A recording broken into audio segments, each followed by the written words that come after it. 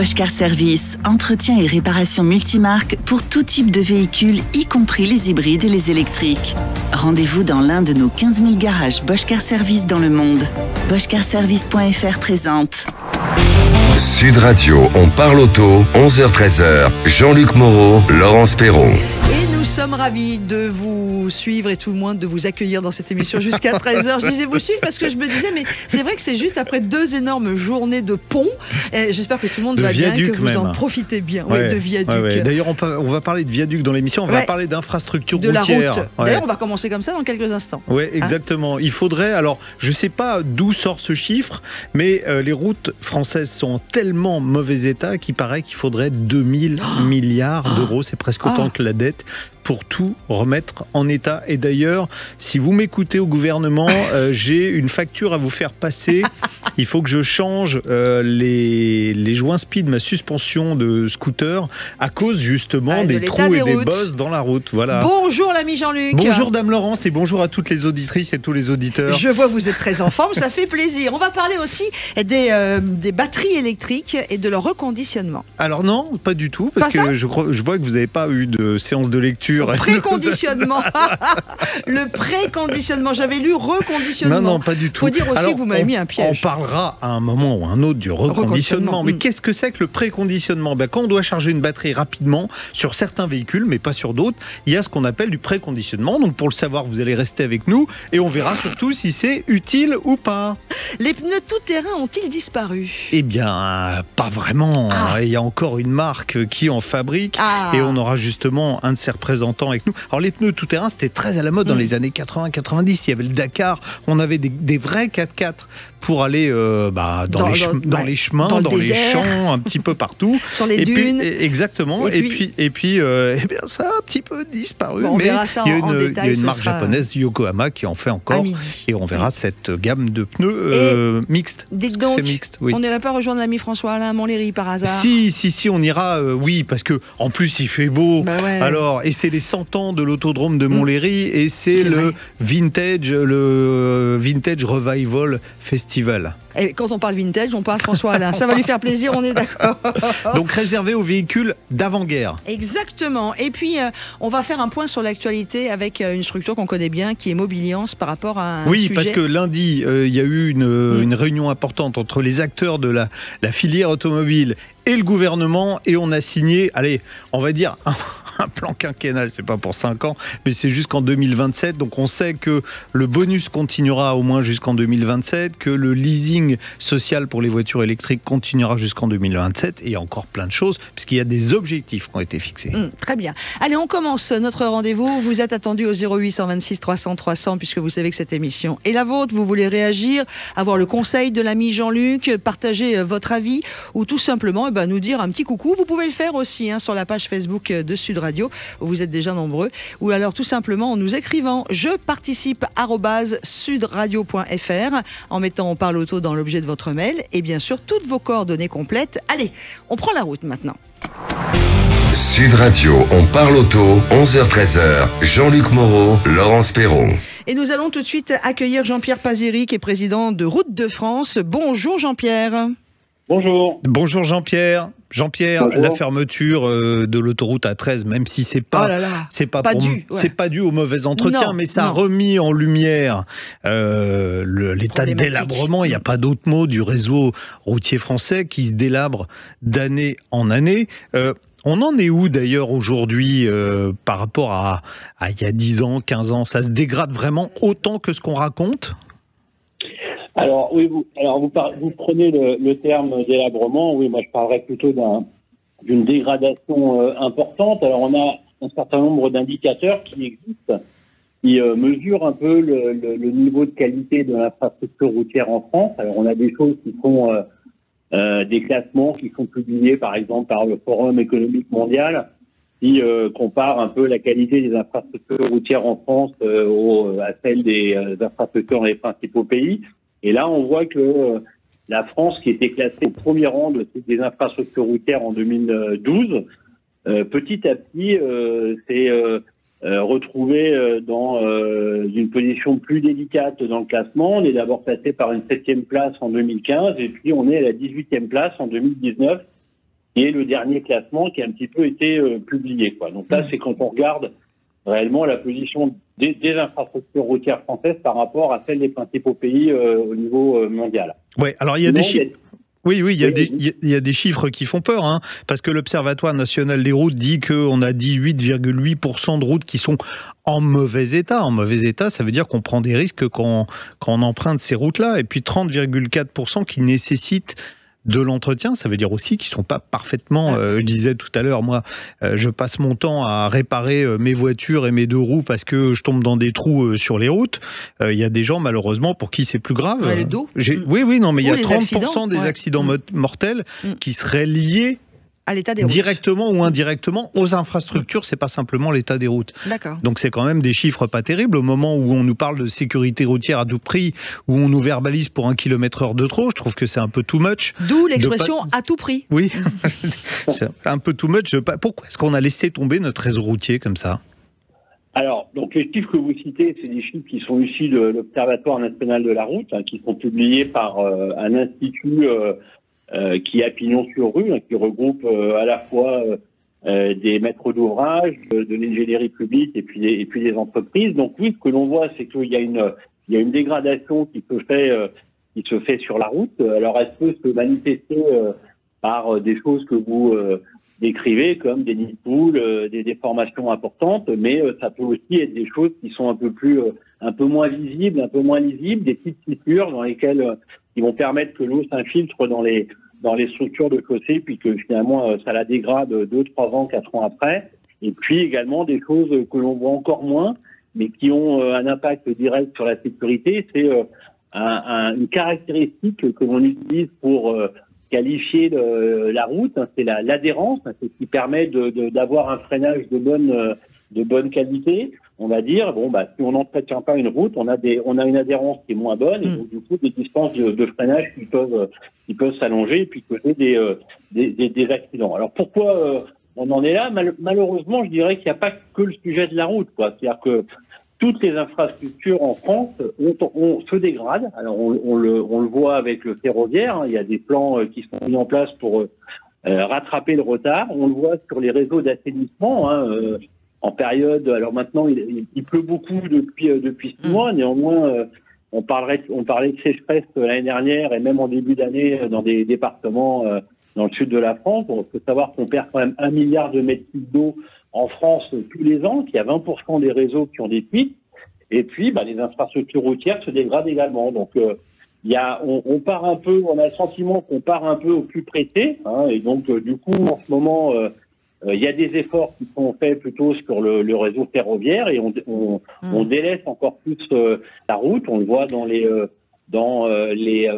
financements qui sont attribués à la maintenance routière d'une façon générale. Excusez-moi, oui. Monsieur Jean-Pierre, la problématique, Monsieur Pazeri, c'est qu'aussi que les budgets de tout ce qui est départemental, national, pas national, pardon, mais départemental et les communales ont été mis sur les régions, les départements et les communes. Donc il y a des problématiques de budget. Qui gère aujourd'hui les réseaux ? C'est principalement les collectivités locales, on est d'accord ? Alors, grosso modo, il y a 1 100 000 kilomètres de routes en France.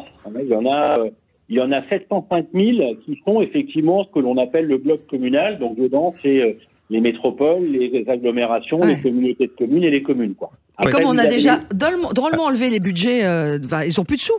Les maires témoignent beaucoup. C'est un manque de moyens, on est d'accord, mais la route, ça représente, vous me dites si je me trompe, environ 80% des déplacements, tout déplacement confondu. Le train, c'est 10%. Pourquoi est-ce qu'aujourd'hui, on met plus d'argent sur le train que sur la route ? Parce que quand il y a un accident de train, ça se voit plus qu'un accident de voiture. Oui, non, mais un accident de train, c'est tous les 10 ans. Oui, mais... un accident de voiture, c'est tous les jours.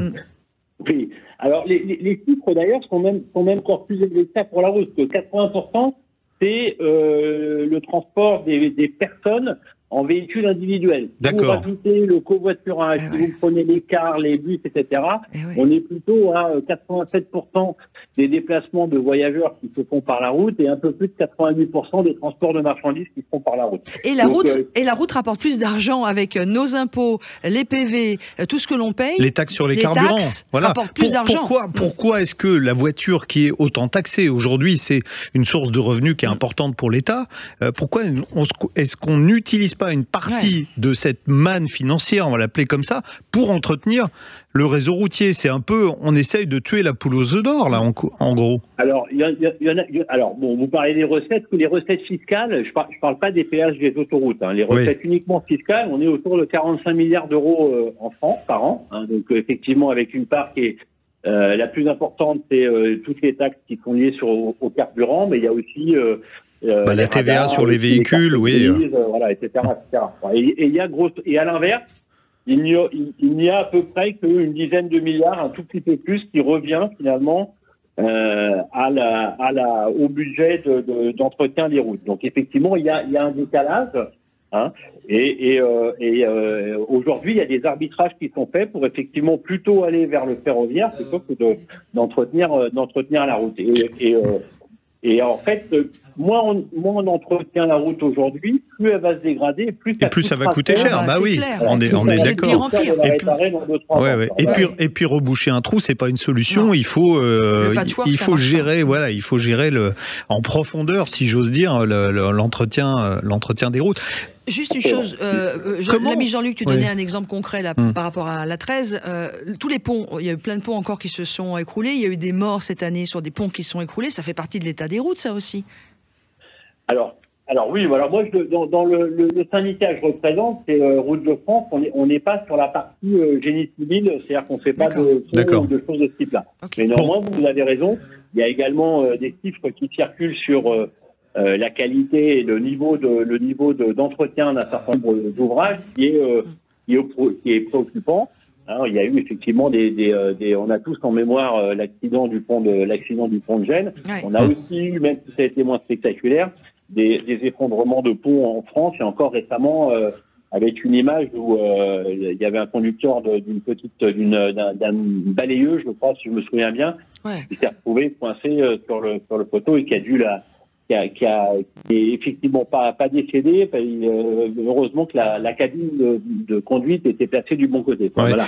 Alors moi, il y a un truc que je m'explique pas. C'est qu'on dit, les municipalités n'ont pas d'argent pour entretenir les routes, et par contre, ils ont 20 000 € à mettre dans des ralentisseurs qui emmerdent beaucoup de gens, et qui la plupart du temps sont... Alors maintenant, en plus, il y a un nouveau texte, on en parlera la semaine prochaine, qui va imposer aux collectivités de respecter la réglementation en matière de ralentisseurs, ce qui n'était jamais fait jusqu'à présent. C'est complètement dingue. Mais on trouve de l'argent pour faire des ralentisseurs et on ne trouve pas d'argent pour réparer les routes. Vous avez une explication à ça? Et je partage votre colère. Voilà. Je crois que en fait, le problème vient aussi du fait que finalement, il y a beaucoup de maîtres d'ouvrage qui ne sont pas conscients du patrimoine qu'ils ont. C'est-à-dire que la première chose à faire, ça serait, à mon sens, déjà d'avoir une parfaite connaissance de son patrimoine. Alors vous avez cité tout à l'heure un chiffre qui était de 2000 milliards. C'est pas 2000 milliards pour maintenir le réseau, pour l'entretenir. C'est une valeur à neuf. D'accord. 2000 milliards d'euros. D'accord. C'est la valorisation de notre réseau routier français. Voilà. Et donc ce qui est le patrimoine, quoi. Oui, bien sûr. Le patrimoine de tous les Français, quoi. Donc je pense que déjà, ce qui est compliqué, c'est que il y a une multitude d'intervenants. C'est-à-dire qu'en termes de la compétence de voirie, elle est partagée entre l'État sur les routes nationales, les départements sur les routes départementales, et puis après tous les échelons qu'on connaît sur le bloc communal dans les différentes communes. Et en plus, pour complexifier les choses, il y a des financements descendants, des aides descendantes. C'est-à-dire que par exemple, l'État va donner de l'argent aux régions ou aux départements à travers les contrats de plan État-région, les départements vont financer des opérations dans les communes, etc., etc. Donc tout ça rend la lisibilité du système relativement complexe. Et je pense qu'il faudrait remettre une méthode relativement simple, c'est-à-dire que chaque maître d'ouvrage public qui a une compétence avec un patrimoine, la première étape, me semble-t-il, c'est d'avoir une bonne connaissance de son patrimoine, une évaluation qui est faite à partir d'un audit, et derrière, il y a des décisions qui sont prises pour avoir des plans pluriannuels de maintenance de façon à garantir un niveau de maintenance qui soit correct. Je pense que ça amènerait de la lisibilité et ça permettrait sans doute de faire des choix dans des périodes budgétaires qui sont difficiles. En sachant qu'on est bien conscient que c'est difficile. C'est compliqué. Oui, monsieur Paziri, pour conclure. Ça a un nom, hein, ça, le contrôle technique des routes de France. Ça serait bien de mettre ça en place. Voilà, et puis... Oui, tout à fait. C'est une très bonne idée. Il y a un contrôle technique pour les voitures. Pour les motos, maintenant. Ça, les routes, exactement.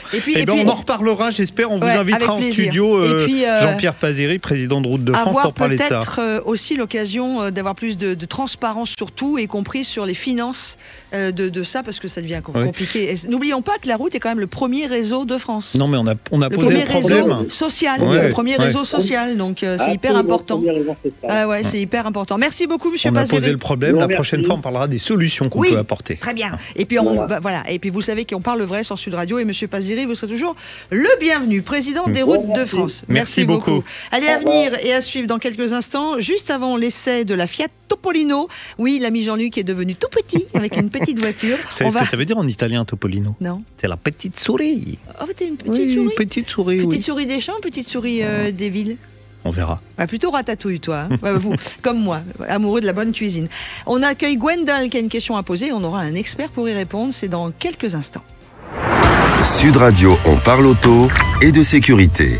Avec Autosécurité, prenez rendez-vous en ligne pour votre contrôle technique dans un de nos 900 centres sur autosécurité.com. Bosch Car Service, entretien et réparation multimarque pour tout type de véhicules, y compris les hybrides et les électriques. Rendez-vous dans l'un de nos 15 000 garages Bosch Car Service dans le monde. boschcarservice.fr présente. Sud Radio, on parle auto, 11h-13h. Jean-Luc Moreau, Laurence Perron. Et préconditionner les batteries de voitures électriques, ça sert à quoi? On en parlera avant midi, mais pour l'heure au 0826 300 300, vous savez que vous avez la parole. On accueille tout de suite Gwendal. Bonjour Gwendal. Bonjour Gwendal. Oui, bonjour. Bonjour à vous. Alors, juste parce que vous avez une question à nous poser, on a appelé David de Regnecourt, qui est quand même l'expert en la matière, expert en éco-maintenance automobile chez Ecosphère et Sfertech Environnement. Oui, bonjour. David. Et d'ailleurs, David, voilà. David, on l'a eu la semaine dernière pour parler d'un autre sujet. Il a pris sa carte de fidélité. On n'a pas eu le temps d'ailleurs. En saison 2. Oui. Rattrapage. Non, mais on avait. Alors, je vais pas dire on avait écourté parce qu'on était déjà au bout de 12 minutes, mais le sujet était tellement complexe. Et moi, il y a juste un chiffre pour revenir. Alors, ceux qui nous écoutent, ils se farciront le podcast de l'émission de la semaine dernière pour comprendre. Mais quand on parlait des particules là, entre les diesels et les moteurs essence, un ancien diesel, est-ce que ça pollue moins qu'un moteur essence? On avait dit non, c'est pas le cas. Et même s'il y a plus de particules dans un moteur essence moderne, on est. J'ai une analogie que j'ai trouvée entre temps. Si vous avez 0,02 € sur votre compte et que moi j'en ai 0,04, je suis pas plus riche que vous. On est pauvres tous les deux. Voilà, c'est tout. Ouais. Donc il y a très peu de particules sur ces moteurs-là, et l'un et l'autre. En revanche, quand on enlève le FAP, c'est le chiffre que je veux vous faire dire. Quand on enlève le filtre à particules, on est à combien de particules? Alors, vos 0,2, ça faisait 2000 particules, et quand on enlève le filtre à particules, on passe à 4 millions jusqu'à des fois 13 millions de particules dans 1 cm3, donc l'équivalent d'un demi-sucre. D'accord. Donc pour bien comprendre, vous passez de 2000 € à 4 millions sur votre compte en banque du jour au lendemain. Sauf que moi, ça me pollue pas, alors que là, ça pollue, quoi. Bon, alors, les enfants, pour pas faire comme la semaine dernière. Voilà. Je vais juste repréciser qu'on a parlé de ce sujet pour la semaine dernière, donc allez réécouter l'émission, c'était assez incroyable. Bon, Gwendal, on vous écoute parce que c'était votre moment. Ouais, c'est votre question à vous. Il n'y a pas de souci, Ah, mais ils sont bavards, ces hommes. Hein. Oui, avec Jean-Luc, oui, c'est normal. D'accord. Non, mais il est bien bavard. En plus, il apprend plein de choses. C'est vrai. C'est des bons bavardages.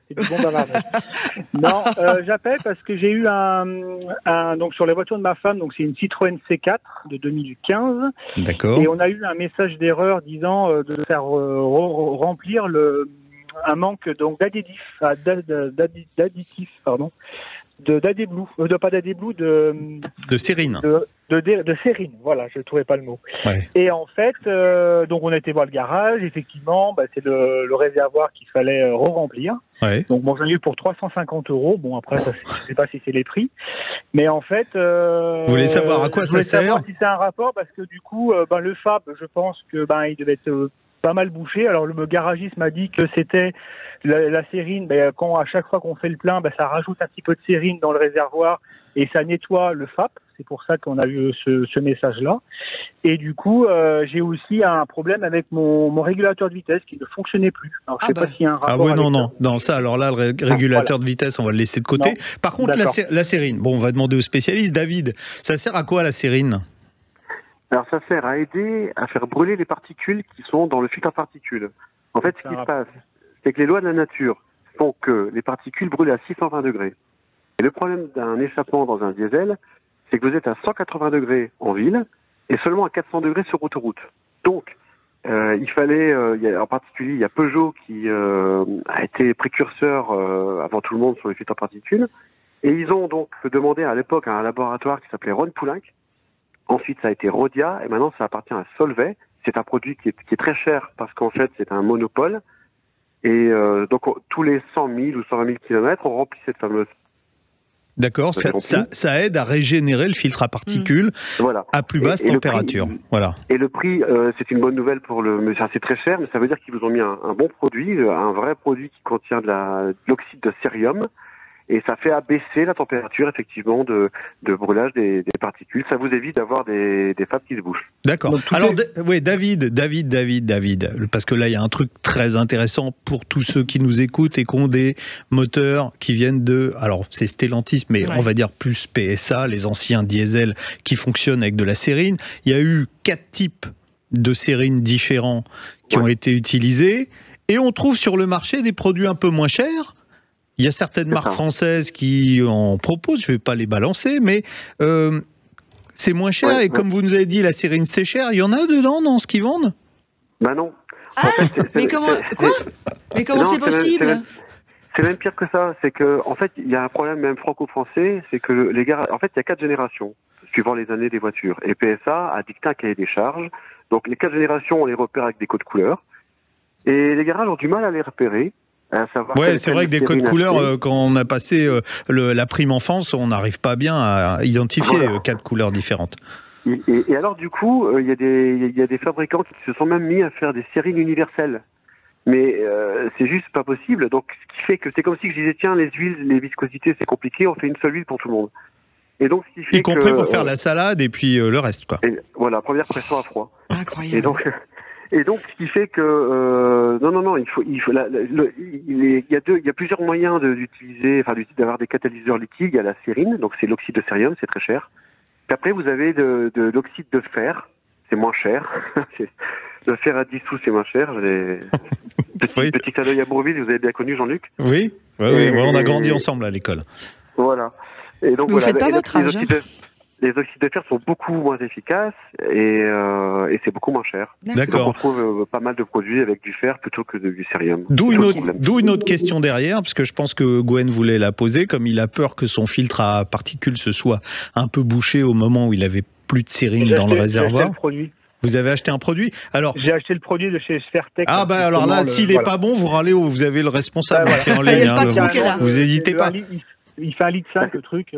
Voilà. Alors d'où ma question, David. Mais bon, alors là vous êtes juge et partie. C'est normalement pas à vous que je devrais poser la question. Mais quand on a des additifs qui servent à entre guillemets déboucher les filtres à particules et qui valent 15 ou 20 euros en centre auto, ça peut pas fonctionner puisque vous avez dit la sérine c'est cher. C'est très cher. Donc en fait, nous on fait une énorme concentration de cérium. De façon à ce que la réaction que j'ai expliquée tout à l'heure, on arrive à brûler à 450 degrés, donc une température qu'on est capable d'atteindre sans faire du circuit, alors que donc c'est très cher et ça augmente le prix énormément de la solution. Après, quand on a des trucs à 15 euros, 20 euros, 30 euros, il ne peut pas y avoir de cérium à ce prix-là, quoi. D'accord. Donc se méfier. Hein, comme je l'ai payé 80 euros, moi. Oui, ben voilà. Ouais. Donc c'est du vrai. Voilà, par contre, le remplissage que vous a fait votre garagiste n'est pas curatif. Il sert à ne pas encrasser un FAP et à régulièrement ce que ça soit efficace. D'accord. Donc le produit est utile. Ouais. Donc le produit est utile, c'est ça que vous êtes en train de nous dire. Comme curatif, il faut obligatoirement un produit supplémentaire. Et alors, si je peux rajouter je vais parler médecine chinoise, un FAP, c'est un peu un cendrier qui se remplit. Donc, le produit qui vide le cendrier, vous l'avez. Mais le mieux, c'est d'arrêter de fumer. Et pour arrêter de fumer, il vaut mieux régulièrement, une fois par an, nettoyer ses injecteurs Parce que sans rentrer dans les détails techniques, dont Jean-Luc va faire des gros yeux, les injecteurs ont un dispositif interne qui permet de créer de la chaleur dans l'échappement. On appelle ça une post-injection. Et ce dispositif, il disparaît au bout de 25 000 km, ou du moins il n'est pas efficace. Et maintenir ce dispositif, c'est par le biais d'un nettoyage d'injecteur à faire une fois par an. Okay. Si on traite la cause, on n'a pas les effets dus à la cause. J'aurais dû, le cendrier ne se remplit pas. Sur ma vieille C4, j'aurais dû faire ça moi à l'époque. Je pense que... Voilà. Juste une petite dernière. Ah. En fait, le produit que j'ai acheté vite fait, c'est pour le FAP et le turbo. Donc c'est lié en fait. C'est ça. Oui, c'est lié parce que les turbos ont les mêmes problèmes de particules qui viennent bloquer les ailettes. Okay. Et donc toute la ligne d'échappement, turbo, catalyseur et FAP, c'est toute la même ligne, donc ça agit sur l'ensemble. Eh ben c'est super. On a appris plein de trucs, Ouais. et puis David a été synthétique, donc ça c'est ce que une bonne j'allais nouvelle. dire, David, j'ai tout compris aujourd'hui. Merci Bon, je beaucoup. suis bien content parce que Jean-Luc m'a dit la dernière fois, t'allais endormir Laurent. Donc, Non, mais c'est parce que il faut toujours se mettre à la place de ceux comme moi qui n'ont pas vos compétences et qui peuvent vite être un peu largués dans certaines explications. Excusez-moi d'être vrai aussi. Et au moins là, c'était clair et net et je peux plonger dans mon moteur avec beaucoup plus de connaissances. super, Jean-Luc m'a dit qu'il fallait vulgariser, donc j'ai essayé d'être très Vous vulgaire. avez été très bien vulgarisé au sens du mot populaire et compréhensible. Bon, merci Bleu. David et On vous merci embrasse. Gwen. Au revoir. Je vais vous ramener ma voiture, vous allez voir. Merci beaucoup à Gwendal et bon week-end à vous. Allez, à suivre juste après la pause, eh bien c'est l'essai de la semaine. Vous allez voir que l'ami Jean-Luc va essayer une toute petite voiture, mais on vous en dit pas plus. Et on parlera des batteries, ce sera tout ça avant. Bosch Car Service, entretien et réparation multimarque pour tout type de véhicule, y compris les hybrides et les électriques. Rendez-vous dans l'un de nos 15 000 garages Bosch Car Service dans le monde. BoschCarService.fr présente. Sud Radio, on parle auto, 11h-13h. Jean-Luc Moreau, Laurence Perron. Et vous savez, vous pouvez nous appeler au 0826 300 300 pour poser vos questions ou nous écrire. Je participe @sudradio.fr. Et d'ailleurs, à ce sujet, notre amie Sandrine nous a écrit un mail et ça peut aussi, d'ailleurs, vous intéresser, vous qui nous écoutez, parce que sa question concerne le fait qu'elle serait passée au feu rouge alors qu'elle est certaine d'être passée au feu orange. La réponse, ce sera avant midi. Mais pour l'heure, allez, on va prendre le volant. Biomotors, agissez pour la planète en roulant au superéthanol et économisez jusqu'à 50% sur votre carburant. Présente. Biomotors, agissez pour la planète en roulant au superéthanol et économisez jusqu'à 50% sur votre carburant. Présente. Sud Radio, on parle auto et on prend le volant. Ben alors, l'ami Jean-Luc, on a perdu son permis ? Non, pas du tout. Pas encore. D'abord, j'ai 12 points. Tiens, voilà. Tiens, Bon. nananaire. Alors, on va essayer la Fiat Topolino. Ben, c'est pour ça que je vous pose la question. Ouais, la Topolino, c'est la petite souris. Alors, pourquoi la petite souris ? C'est le surnom qu'on avait donné à la première Fiat 500 en 1936. Parce qu'elle avait des ailes qui étaient larges et de face, on aurait dit une petite souris. Voilà, c'est pour ça qu'on l'avait baptisée la Topolino. Puis parce que, aussi, c'était une petite voiture. Appellation aujourd'hui officiellement reprise par Fiat pour une micro-voiture électrique qui est la petite sœur de la Citroën Ami. Bon, la Topolino, elle rentre pas dans la catégorie des voitures, c'est ce qu'on appelle un quadricycle léger à moteur. Donc sans permis. Donc sans permis, conduisible dès 14 ans, Voilà. mesure 2,50 m de long. C'est la version donc italienne de la Citroën Ami, beaucoup plus sexy que le modèle français, franchement. Les Italiens ont joué sur la fibre rétro. À l'avant, on a les formes de la seconde Fiat 500 des années 50. Non. Oui. Et puis, un petit coloris vert d'eau qui évoque aussi les années 50, de même que des enjoliveurs blancs. Bon, reconnaissons que c'est très réussi. Le toit fait même penser à une capote, mais il est rigide. Il est quand même pourvu d'une grande partie vitrée. Et puis, le constructeur italien a aussi puisé dans des accessoires rétro pour doter l'engin d'un joli porte-bagages chromé à l'arrière. Contrairement au modèle français, l'avant et l'arrière sont différents.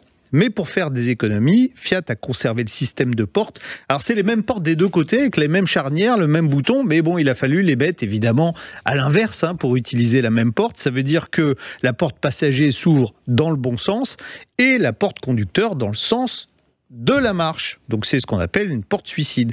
Ça permet d'accéder à un espace qui est étonnamment vaste, avec des sièges bicolores. Ils sont certes jolis, mais raides comme des bouts de bois. Et puis, alors il n'y a pas de coffre, mais on peut placer une petite valise devant les pieds du passager. Et puis il y a de larges rangements dans les portières. Le dessus du tableau de bord est aussi occupé par ce que Fiat appelle une marinière. C'est assez joli. En fait, c'est un petit coffre dans lequel on peut loger, entre autres, l'adaptateur pour brancher la voiture sur une prise type 2. C'est une voiture électrique, je vous le rappelle. Une simple languette en tissu pour ouvrir la porte, des vitres latérales qui nous ramènent à la 2 chevaux, c'est-à-dire qu'on remonte. C'est sympa, mais vous allez voir, c'est pas pratique. C'est très succinct également au niveau instrumentation, avec un simple compteur face au conducteur. Il indique aussi le niveau de charge de la batterie et l'autonomie restante. Il y a un petit support de smartphone très intelligent. D'ailleurs, on ferait bien d'avoir ça sur toutes les voitures au-dessus du tableau de bord. Et puis, côté fonctionnement, c'est facile. Il y a un bouton pour la marche arrière, un bouton pour le neutre, un bouton pour la marche avant. Et puis, il y a 2 boutons qui sont vitaux quand il pleut, celui de la ventilation et celui du chauffage. Alors, chauffage, c'est un grand mot, c'est plus du désembuage. À bord, oubliez toute notion de confort. C'est bruyant, on a froid l'hiver, on a chaud l'été, c'est suspendu comme une charrette médiévale. Et d'ailleurs, les ralentisseurs sont vécus comme un tremblement de terre d'1,9 degré sur l'échelle de Richter.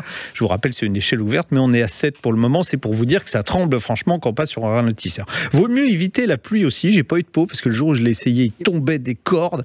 Parce que même avec la ventilation... Non, l'eau rentre pas dedans, mais on aurait presque envie que ça rentre dedans parce que même avec la ventilation et le chauffage en marche, la buée envahit les surfaces vitrées. C'est pas compliqué, on voit rien derrière, on voit rien sur les côtés et le champ de vision se limite juste à un petit carré devant le conducteur. Je n'ai jamais conduit une voiture aussi dangereuse que celle-là sous la pluie. Même si la direction ne réclame pas d'effort, vu que la voiture pèse moins de 500 kg, en plus on a des pneus étroits, en ville, on attrape vite des sueurs froides. Vous le verrez sur la vidéo complète. Un bus a failli traverser la voiture. Si j'avais pas ouvert la vitre latérale, je l'aurais pas vu arriver. Voilà. Et vous êtes un conducteur aguerri, quoi. Ouais. Et c'est encore pire sur route. Si la voiture s'en sort correctement en ville, bon, à part le détail là, de la buée où on voit rien, le petit moteur 48 volts qui développe 8 chevaux 2, permet de rouler à 45 km/h. C'est la réglementation qui dit 45 km/h maxi. Donc quand vous êtes sur une route et qu'en plus il y a une bande blanche au milieu et qu'il y a des voitures derrière vous qui sont obligées de rouler à 45 km/h, alors quand elles vous doublent, vous apprenez tout un tas de gros mots nouveaux que vous ne connaissiez pas. Des noms d'oiseaux, franchement, évidemment. Et évidemment, on signalera au passage qu'on n'a pas le droit d'emprunter ni les autoroutes, ni les voies rapides, ni le périphérique, ni tout un tas d'axes. Enfin bref, tout ce qui est interdit aux cyclomoteurs, c'est interdit à cette voiture-là. Bon, vous allez me dire, on est quand même mieux abrité que sur un scooter, et puis ça freine mieux qu'un scooter, surtout lorsque la route est mouillée. Mais honnêtement, comme je vous l'ai dit, si vous achetez ça pour vos enfants, pour la sécurité, vous oubliez de leur donner les clés quand il pleut, parce que c'est réellement dangereux quand il pleut. Évidemment, le bilan est plus positif quand il pleut. D'abord parce que vous n'êtes pas obligé d'utiliser le chauffage, donc vous augmentez un peu l'autonomie. Fiat annonce 75 km avec une petite batterie de 5,4 kWh. J'en ai fait 50 et la réalité se situerait entre les deux, parce que moi j'avais la ventilation, le chauffage, ça consomme. Bon, un jour sans pluie, on peut imaginer faire 60 km avec. Il faut du temps pour recharger, puisque la puissance est limitée à 2,3 kW. Ça prend 4 heures pour faire le plein. Pourtant, on n'a que 5,4 kWh à charger. Et puis, au final, ça coûte quand même 9 890 €. C'est 1 000 € de plus que la Citroën Ami, mais la polyvalence, c'est zéro. Moi, je vais vous le dire honnêtement. On oublie. Voilà, on oublie carrément. Elle est sympa, cette voiture de bouille. Mais elle a une bouille sympa. Ouais. Mais l'utiliser à part en ville, c'est strictement urbain. Voilà. S'il fait beau et que vous êtes en ville, c'est possible. S'il pleut, vous oubliez, et si vous devez faire de la route, vous oubliez encore plus. Oui, et puis au-delà de ça, c'est que moi, l'accident que vous avez évité, je vous connais, vous conduisez merveilleusement bien. Un môme de 14 ans ou une jeune fille de 15 ans... Il avait un bus qui montait avec lui dans la voiture. Non, mais ça veut dire... Enfin, vous voyez, c'est hyper dangereux. Hyper dangereux. Comment ça se fait qu'elle est homologuée pour pouvoir prendre la route dans ces conditions-là? Pour vous prouver que je mens pas, regardez la vidéo complète, vous verrez, en filmant à l'intérieur, on voit rien de ce qui se passe dehors. C'est dingue. Eh bien, merci beaucoup. Cette vidéo complète, c'est sur la page YouTube de Sud Radio, où vous êtes déjà plus de 910 000 à nous suivre. La famille continue de s'agrandir et je peux vous dire qu'on adore vous accueillir à la maison. Allez. Sud Radio, on parle auto et on prend le volant. Avec Biomotors, agissez pour la planète en roulant au superéthanol et économisez jusqu'à 50% sur votre carburant. Rendez-vous sur biomotors.fr. Évidemment, on continue d'être avec vous. On parle auto, c'est votre émission. Vous êtes nombreux à être avec nous sur la page Facebook de Sud Radio également. N'hésitez pas, vous avez quelque chose à dire aujourd'hui, une question à poser à l'ami Jean-Luc. Je vous donne rendez-vous tout de suite au 0826 300 300. Mais pour l'heure, on va parler de batterie de voiture électrique. Back to Car, première marque de pièces auto recyclées et garantie à vie, vous présente Sud Radio, on parle auto et d'environnement. Bon, Soufiane, Bonjour. Laurence se demande depuis le début de l'émission ce que ça peut être que le préconditionnement des batteries. À tel point que j'ai lu reconditionnement elle des était batteries. déjà dans le reconditionnement, elle, avant le préconditionnement. Alors c'est quoi, ça sert à quoi le préconditionnement des batteries sur les voitures électriques ? Alors, on va faire simple parce que c'est un sujet assez complexe. Techniquement, les batteries sont composées de cellules à l'intérieur desquelles on retrouve de l'électrolyte. Et à froid, ce liquide est beaucoup moins visqueux. Voilà, donc les électrons ont du mal à se déplacer. Et donc, il faut que qu'il y ait une température de fonctionnement optimale. Voilà. Parce que sinon, l'électrolyte entre les deux, en fait, laisse moins bien passer. C'est les ions lithium dans le cas des batteries lithium-ion. Et donc, il faut le monter en température pour pouvoir avoir et la puissance maxi et la puissance de charge maxi. Donc, c'est ça l'intérêt du préconditionnement des batteries. Donc, ça sert à rien quand vous chargez la voiture chez vous de préconditionner la batterie. En revanche, ça sert à quelque chose quand vous allez devoir vous arrêter. Par exemple, vous êtes sur l'autoroute, vous arrêtez à une borne de charge rapide, vous n'allez pas attendre 5 heures que la batterie se recharge. Donc, pour gagner du temps, le préconditionnement de la batterie de la voiture va monter la batterie en température. D'accord. Alors, vous dites, tiens, mais je suis sur l'autoroute, ma batterie, elle va chauffer. Non, une batterie, ça chauffe pas. C'est maintenu par l'électronique embarquée entre 20 et 30 degrés. Et donc, pour avoir une vitesse de charge supérieure, il faut être aux alentours de 40 degrés au niveau de la batterie pour charger le plus vite possible quand vous allez arriver à la borne. Ça veut dire que ça va consommer un peu d'énergie quand vous roulez pour chauffer la batterie.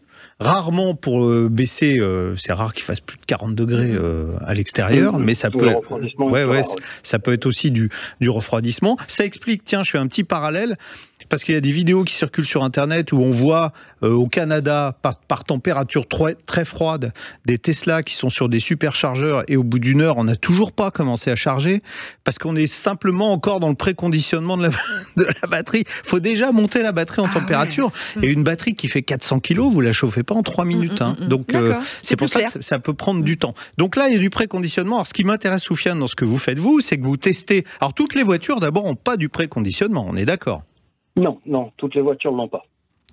Et celles qui l'ont... Alors, celles qui l'ont pas, ça ira plus vite.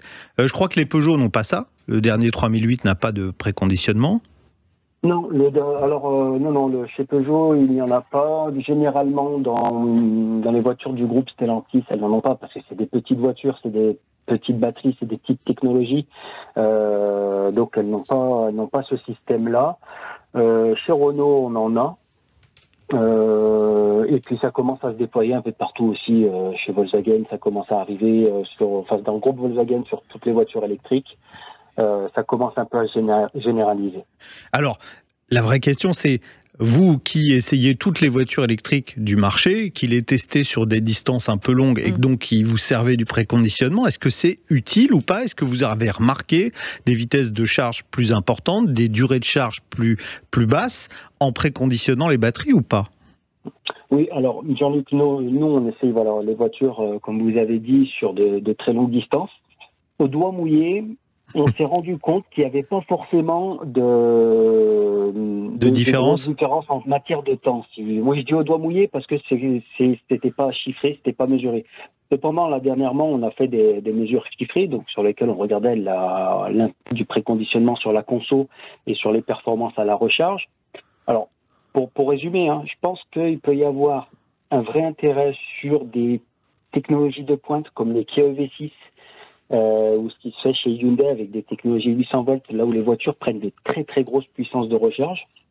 Ouais. Sur la Kia EV6, on est passé de 30 minutes, donc sur le 10-80%, à 18 minutes une fois la batterie préconditionnée. Ah oui, donc là, oui, ça devient très intéressant. Et bon, ça consomme un peu d'énergie avant, mais en fait, on gagne tellement de temps que ça vaut le coup. Oui, voilà, c'est ça. Voilà. Si on est à la course, on gagne du temps. Alors, je précise, le test qu'on a effectué, c'était, alors on visait le 0 degré. Bon, c'était à 1-2 degrés à l'extérieur. Hein, c'est à peu près la même chose. Ah oui, donc température froide. Voilà, c'est température froide. Alors, on n'est pas sur les cas extrêmes que vous signalez au début au Canada. On est sur des températures qu'on rencontre en France. Hein. D'accord. Voilà. Donc, pour la Kia, il y a eu des différences. Par contre, pour le reste, ça se chiffre à quelques minutes. Donc ça vaut pas le coup en fait, parce qu'on va consommer de l'énergie avant pour préconditionner sa batterie, parce que ça consomme de l'énergie. Hein. Soit on la réchauffe, soit on la refroidit, mais ça consomme de l'énergie. Donc on va diminuer un petit peu l'autonomie avant de devoir s'arrêter pour finalement pas gagner beaucoup de temps. Dans la plupart des cas.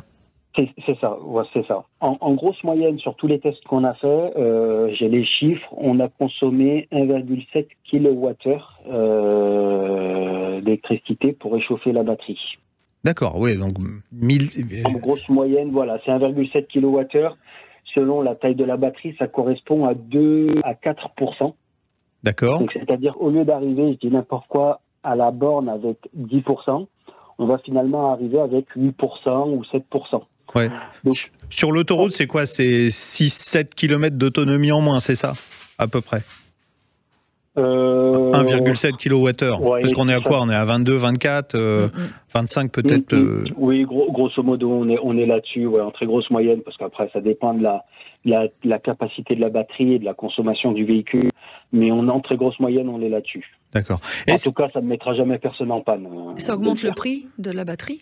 Alors ça augmente le prix du véhicule d'avoir le préconditionnement. Voilà, alors ce qui est intéressant sur certaines voitures, par exemple les Tesla, bon, je vais répéter, Soufiane, tu me dis si, enfin vous me dites si, oui, si je dis, vous connaissez les journalistes si je dis des bêtises, mais Tesla conserve encore une longueur d'avance en matière de voitures électriques, et dans le planificateur d'itinéraire de Tesla, la voiture va automatiquement préconditionner la batterie si elle ne le nécessite. Vous êtes sur l'autoroute, votre planificateur, vous faites Paris-Bordeaux et il vous dit vous allez vous arrêter 2 fois à tel endroit, et si la voiture a besoin, la batterie a besoin d'être préconditionnée, la voiture va le faire sans que vous n'ayez rien à faire. Elle va le faire automatiquement avant que vous arriviez à la borne de charge rapide. Ça, c'est bah oui, voilà, le vrai avantage, il est là, c'est de pas avoir à s'en occuper, parce qu'il y a des voitures sur lesquelles il faut manuellement mettre en route le préconditionnement de la batterie. Qui prend un petit peu de temps. Qui prend un petit peu de temps et qui est pas forcément super efficace. Voilà, donc c'est mieux si c'est géré automatiquement. On est sur des technologies qui avancent dans le temps et donc qui progressent. Oui, ça avance vite. Hein. C'est comme nos téléviseurs qui étaient avant tout petits gros, qui sont maintenant tout plats. Soufiane, dans les planificateurs, vous qui les avez été tous testés, lesquels sont les plus efficaces d'ailleurs? Alors, en termes de... Bon, comme vous venez de dire, chez Tesla, j'en ai une à l'essai actuellement, c'est effectivement ce qui se fait de mieux en termes de pertinence, d'estimation du taux de charge à l'arrivée, du préconditionnement. Il y a toujours un petit peu de préconditionnement, quel que soit le cas. Là-dessus, s'ils sont vraiment au point. En termes de planification, sinon chez les autres marques, j'ai bien apprécié ceux de BMW et de Mercedes, qui estiment assez bien le pourcentage à l'arrivée. Voilà. J'étais étonnamment surpris par celui du nouveau Peugeot i3008. Mais par contre, il se montre très pessimiste, lui, au contraire. Donc, qui fait qu'on ne sera jamais limite sur les prévisions. D'accord. Bon, alors pour la conclusion, préconditionnement utile ou pas, oui, en partie utile, mais pas absolument nécessaire. Donc si vous achetez un véhicule qui n'a pas de préconditionnement batterie, c'est pas trop grave, sauf si vous roulez évidemment dans des pays très froids. Voilà. Bon, super. Oui, voilà. En tout cas, moi j'ai tout compris. Merci beaucoup. Bon. Merci Soufiane. On vous embrasse, Soufiane. Merci d'avoir été avec nous ce matin et bon week-end. Soufiane Benhamouda, qui est journaliste pour automobileprop.com. Dans quelques instants, je poserai la question de Sandrine qui nous a écrit un mail à jeparticipe@sudradio.fr. Vous allez voir, je pense que ça peut tous nous arriver. Restez bien à l'écoute. Sud Radio, on parle auto et d'environnement. Présenté par Back to Car, première marque de pièces auto recyclées et garantie à vie. Avec Bosch Car Service, entretien et réparation multimarque pour tout type de véhicules, y compris les hybrides et les électriques. Rendez-vous dans l'un de nos 15 000 garages Bosch Car Service dans le monde. boschcarservice.fr. Alors, nous avons reçu ce mail sur jeparticipe@sudradio.fr de Sandrine. Je vais donc être sa voix, l'ami Jean-Luc. Sandrine nous dit exactement ceci. J'ai été arrêtée en ville par un policier, car selon lui, je suis passée au feu rouge. Je suis certaine qu'il était orange et je n'ai pas voulu freiner car la route était mouillée. J'ai protesté, mais il m'a dit que de toute façon, rouge ou orange, c'était la même chose, et que j'allais être verbalisée. Est-ce vrai ? Eh ben, rouge et orange, c'est pas la même chose. Non, on est d'accord. Ça, le policier, il voit pas bien clair. C'est qu'un tomate et fruits. Alors quand même, le feu orange, contrairement à ce qu'on peut croire, ça annonce l'arrêt. C'est déjà une obligation de s'arrêter. Donc, vous serez verbalisé si vous passez au feu orange, à condition que le policier ait réellement vu que vous passiez au feu orange. S'il est de l'autre côté et qui dit « vous deviez être au feu orange », ça marche pas. Vous serez relaxé si vous passez devant un tribunal. En revanche, le feu orange, c'est 35 €, mais pas de retrait de points. C'est un peu différent du feu rouge. C'est 4 ? C'est 4 points et 135 €. Donc, alors, qu'est-ce qui fait que vous pouvez dire « oui, d'accord, le feu était orange, mais je ne pouvais pas m'arrêter ». Puisque je vous ai dit, normalement, c'est une obligation de s'arrêter. Une obligation de s'arrêter à une condition, c'est qu'il soit possible de s'arrêter. Voilà. Si vous avez une chaussée qui est mouillée, vous arrivez à un endroit où c'est limité à 70 km/h, vous avez un feu rouge. Alors normalement, ils sont plus longs les feux oranges pour vous permettre de vous arrêter. Mais si vous le voyez au dernier moment et que les conditions font que vous ne pouvez pas vous arrêter en sécurité, je dis n'importe quoi, il y a des pavés, c'est mouillé, il y a une voiture qui vous suit très près, si vous pilez, il va vous rentrer dedans, et que vous pouvez prouver que c'est ça, attention, il faudra arriver à prouver si réellement vous contestez le fait que vous soyez passé au feu rouge et vous dites c'est le orange et que vous allez jusque devant un juge pour vous faire entendre, il faudra prendre des photos. Aujourd'hui, tout le monde peut prendre des photos de l'endroit, prouver qu'il pleuvait, que les conditions où un camion est stationné, vous avez vu le feu orange au dernier moment, du coup, et vous n'avez pas pu vous arrêter, vous n'avez pas voulu piler au feu rouge. Il faut démontrer votre bonne foi, mais ça n'est pas la même chose, contrairement à ce que dit monsieur le policier, de passer au feu orange ou au feu rouge. Voilà, exactement. Je suis complètement d'accord avec vous. Moi aussi, je suis très très d'accord avec vous aujourd'hui. Que m'arrive-t-il ? Allez, dans quelques instants, on va évidemment faire un point sur l'actualité. Et puis, on vous retrouve pour la deuxième heure dont parle Auto. Il sera question de pneus tout-terrain. Est-ce qu'ils ont vraiment disparu ? Mais pas seulement, on ira aussi fêter un bel anniversaire. On retrouvera l'ami François Alain. Allez, on vous explique tout ça dans quelques instants, juste après la pub et l'actu. Avec Bosch Car Service, entretien et réparation multimarque pour tout type de véhicules, y compris les hybrides et les électriques. Rendez-vous dans l'un de nos 15 000 garages Bosch Car Service dans le monde. boschcarservice.fr. Bosch Car Service, entretien et réparation multimarque pour tout type de véhicules, y compris les hybrides et les électriques. Rendez-vous dans l'un de nos 15 000 garages Bosch Car Service dans le monde. boschcarservice.fr présente. Sud Radio, on parle auto, 11h-13h, Jean-Luc Moreau, Laurence Perron. Et quel bonheur enfin ce temps sec où l'on peut aller rouler tranquillement et se faire plaisir. On espère que vous passez un bon week-end à l'écoute bien sûr de Sud Radio et dont parle auto, avec un joli sujet également, puisque je sais que vous l'aimez beaucoup, François A qui sera avec nous dans l'émission avant 13h, l'ami Jean-Luc. Oui, on parlera du Vintage Revival à Montlhéry, le célèbre autodrome francilien qui fête son centenaire, et tout ce week-end. Alors on vous invite à aller les voir demain. Ça roule déjà aujourd'hui, mais je crois que c'est à guichet fermé, puisque toutes les places ont été vendues. Mais demain, il doit rester. Mon petit doigt me dit qu'il y a quelques petites places. Donc il y a quand même 500 véhicules sur place. Il y en a plus de 400 qui roulent sur les divers plateaux. C'est que des véhicules d'avant-guerre, donc ça fait du bruit. Bon, on verra ça. Oui, et c'est spectaculaire. Oui, voilà. On aime bien que ça fasse du bruit aussi. Oui, mais ce que je dis, quand je dis ça fait du bruit, c'est au bon sens du terme. Nous, on évidemment. aime ce son-là. Voilà. Bonus et leasing électrique qui serait prolongé jusqu'en 2027. On en parlera. C'est pas qui serait, c'est qui sont prolongés. Depuis lundi, voilà, en fait. Depuis, ça a été signé lundi. Donc on vous explique tout à l'heure. Combat de Mobiliance entre autres, et on aura quelqu'un de la maison qui viendra nous retrouver. On aura aussi vos questions, vos problématiques, et vous savez que vous avez totalement la parole au 0826 300 300. Et tout de suite, on va parler pneus avec les pneus tout-terrain. Le syndicat du pneu, les spécialistes du pneu au service de votre sécurité sur la route, présente Sud Radio, on parle auto, parlons pneus, parlons bien. Et on accueille tout de suite Patrick Lost, qui est le PDG de Yokohama France. Bonjour Patrick. Bonjour Patrick. Oui, bonjour. Voilà, alors les pneus Tout-terrain. des vrais 4x4, c'était dans les années Avec les gros 80, 90. Oui, vous vous souvenez du Toyota, alors Land Cruiser, Mitsubishi Pajero, qui faisait un carton en France à l'époque. Tout le monde avait des pneus tout-terrain ou mixte pour aller faire de la route et puis faire un peu de chemin. Et puis les SUV, petit à petit, on fait disparaître ce genre de véhicule et on fait disparaître par là même les pneus qui vont avec. les pneus qui vont avec. Et c'est pas Papy qui fait de la résistance, mais Yokohama fait de la résistance et propose toujours une gamme complète de pneus tout-terrain qui s'appelle le Geolandar. Alors expliquez-nous, ça existe depuis quand le Geolandar, Patrick ? Eh ben, le Geolandar, il a 28 ans d'existence.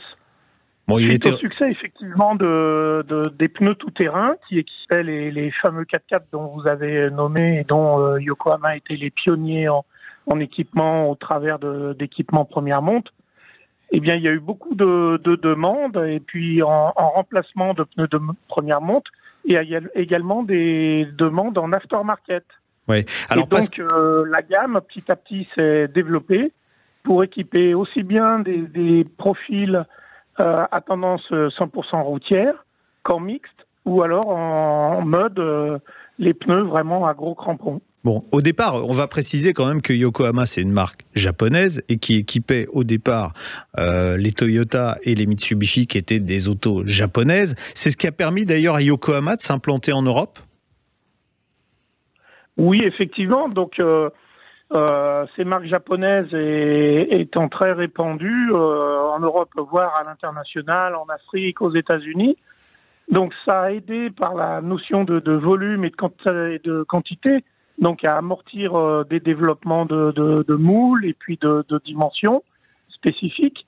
Et donc Yokohama s'est intéressé à équiper ces véhicules et qui ont en Europe, comme dans les autres continents, ont rencontré un fort succès.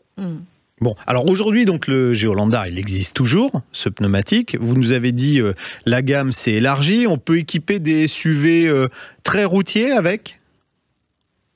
Oui. Donc, dans la gamme Geolandar à profil routier, on peut tout à fait équiper des SUV. Alors, des petits SUV courants, sachant que la spécialité de Yokohama, c'est plutôt d'équiper des SUV des gros très puissants. D'accord. Ouais, donc, on peut citer peut-être effectivement les modèles GL, on reconnaîtra la marque. Ouais, Mercedes, vous pouvez le dire. Oui. Voilà, Mercedes, donc les G500, G63 AMG, si bien même que le préparateur Brabus avec les fameux modèles Rocket et des puissances de 700-900 chevaux annoncées et contrôlées. Nous, on les utilise justement pour les essais journalistiques ou avec nos clients VIP. On a testé le Brabus Rocket 900 et vraiment c'est phénoménal.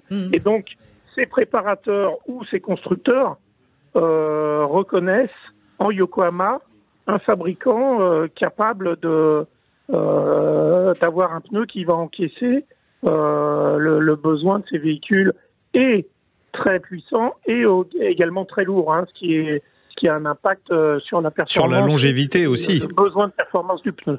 D'accord. Donc il y a ce pneu très routier dans la gamme, et puis après vous êtes aujourd'hui, vous allez me dire si j'ai raison ou pas, vous êtes les seuls à encore continuer à faire du pneu, on va l'appeler un peu plus mixte, et ensuite du pneu purement tout-terrain.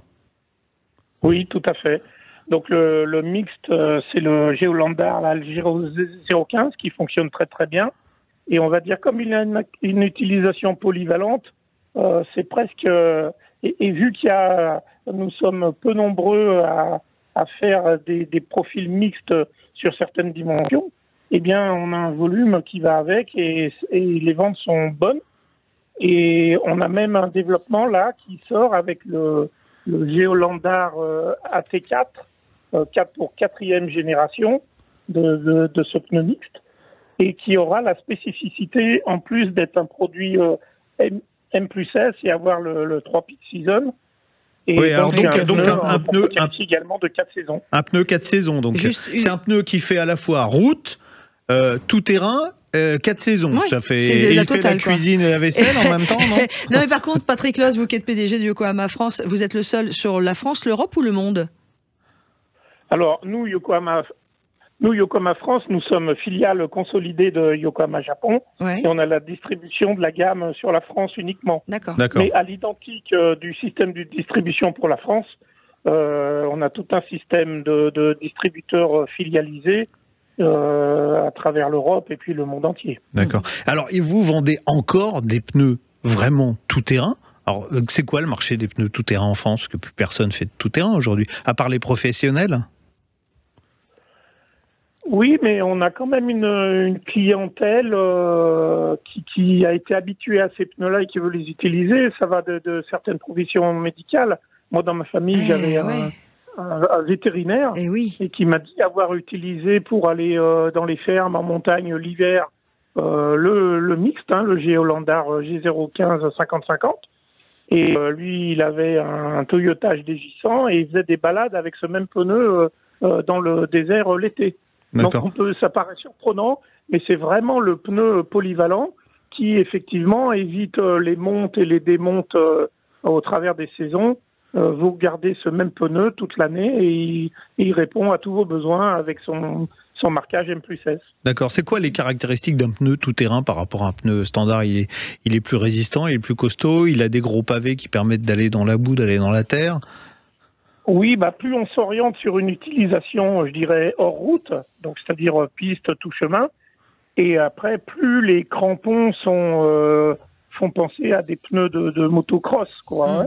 Donc les mixtes ont des rainures un peu plus grandes et des pavés qui se dessinent plus par rapport à un profil route où on voit bien souvent que les rainures longitudinales, alors que sur nos modèles extrêmes, la gamme Mud, là, on voit vraiment des crampons relativement structurés dans un ordre bien établi, ou alors carrément un petit peu mis, on dirait un peu au hasard, pour justement déstructurer les pavés et à la recherche d'une meilleure adhérence sur la boue. Oui, il y en a qui achètent ça aussi pour le look. Coco? Oui, alors le look est certes... Oui, ça fait aventurier, hein? Exactement. Ouais. Ah ben là, vous avez presque plus besoin d'avoir la tenue vestimentaire de l'aventurier. Les gens, quand ils regardent votre voiture, ils voient très bien l'utilisation que vous pourriez en avoir. Lui, c'est un vrai. Ouais. Ça existe, j'imagine, dans plein de dimensions. Laurence, elle a du 20 pouces, 25 pouces même, je crois. Non, 20 pouces. 20 pouces. Sur la Renault qu'on m'a prêtée, là. La super Renault Espace full hybride, 20 pouces. On peut équiper les voitures jusqu'à quelle taille avec cette gamme? Nous, on équipe jusqu'au 24 pouces. Ah oui, 24 pouces. Ça sera plutôt mon tour de taille. Si je m'achète un gros SUV Mercedes et que je veux mettre des grosses roues pour faire un peu style genre, je peux l'équiper en pneus tout-terrain. Donc c'est une bonne nouvelle. Fait, on a même une clientèle la mode est un petit peu passée, mais sur le fameux modèle Hummer H2, donc on était pareil, peu nombreux à équiper, et donc on faisait beaucoup de montes des Hummer H2 en 24 pouces. Bon, en tout cas, c'est vrai que ça fait des gros pneus et des grosses roues. Eh bien, merci Patrick Lost, donc PDG de Yokohama France, la dernière marque à faire encore des pneus pour ceux qui veulent aller se mettre dans la boue. Je ne parle pas de bataille dans la boue, je parle de rouler dans la boue. Oui, c'est pour toi, ça ne vaut fantasme, ça, l'autre. Bon, merci beaucoup et bon week-end à vous, Patrick Lost. Allez, dans quelques instants, on vous donne Merci beaucoup, à très bientôt. À très bientôt. On vous donne la parole au 0826 300 300 et puis juste après, on file à Montlhéry pour un grand rendez-vous, une grande fête francilienne pour le célèbre Autodrome qui fête cette année ses 100 ans et on aura le plaisir d'avoir François Alain que vous connaissez bien avec nous et qui est un peu le copain aussi d'On Parle Auto, un peu carrément l'ami d'On Parle Auto. Sud Radio, On Parle Auto, parlons pneus, parlons bien. Avec le syndicat du pneu, les spécialistes du pneu au service de votre sécurité sur la route. Avec Bosch Car Service, entretien et réparation multimarque pour tout type de véhicule, y compris les hybrides et les électriques. Rendez-vous dans l'un de nos 15 000 garages Bosch Car Service dans le monde. boschcarservice.fr. Bosch Car Service, entretien et réparation multimarque pour tout type de véhicule, y compris les hybrides et les électriques. Rendez-vous dans l'un de nos 15 000 garages Bosch Car Service dans le monde. boschcarservice.fr présente.